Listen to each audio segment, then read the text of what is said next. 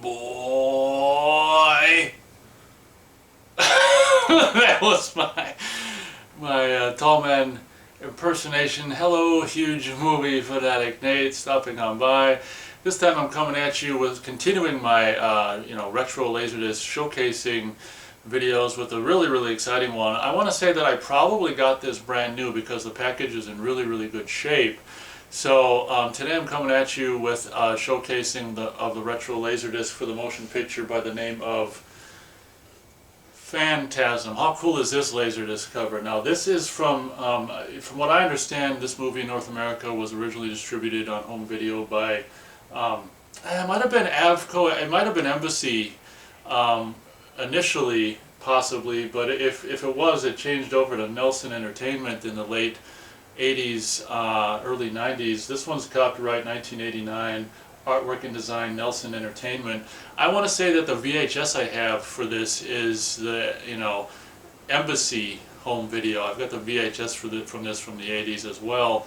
I want to say that's Embassy. It could be Nelson. I'm not 100% sure right now. At any rate, this LaserDisc is Nelson Entertainment from 1989, and it's funny how this movie, just like with The Boogeyman, that movie's from 1980. It came out on LaserDisc 10 years later in 1990. This movie's from 1979. It comes out 10 years later on LaserDisc 1989. I don't know if this is the very first Phantasm LaserDisc or not, but this is the one that I've got. And like I say, I'm pretty sure I got this probably new. Back in the mid-90s, I worked at Suncoast that sold, high-priced LaserDisc and VHS. It was a movie store that sold tapes, VHSs mostly, and LaserDiscs and stuff. So I probably ordered this there myself while I was working there. I'm pretty sure I got this new probably working there. But Phantasm LaserDisc, and just how cool is that artwork? And once again, because it's the size of a record, it's so big that the artwork just looks so amazing on this particular LaserDisc. Phantasm LaserDisc. And for whatever reason, I'm pretty sure by this time in 1989, there, LaserDiscs, other LaserDiscs maybe from bigger distributors and stuff like Paramount and Universal and Fox or whatever, are probably doing digital sound by this time.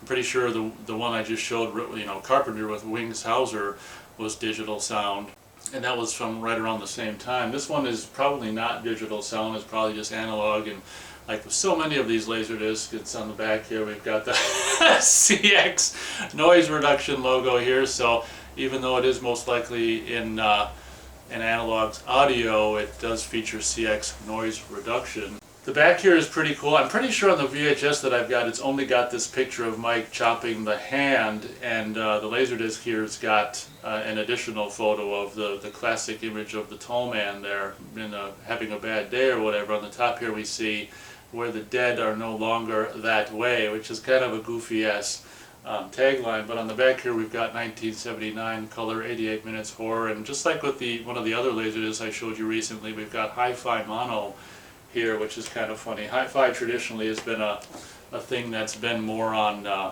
VHSs than LaserDiscs, but some LaserDiscs used it as well if that wasn't digital sound. But of course we've got the rear cover here, as I already showed you guys. Nothing amazing, but I kind of like the simplicity of it.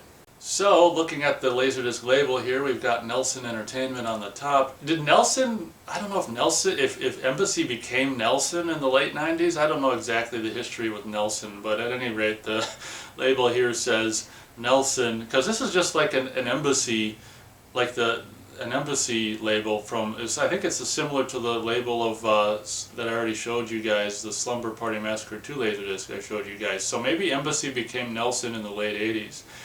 But we've got Nelson logo on the top there, Phantasm on the bottom. Nothing crazy amount to see here. Laser Vision logo and the number 1, of course.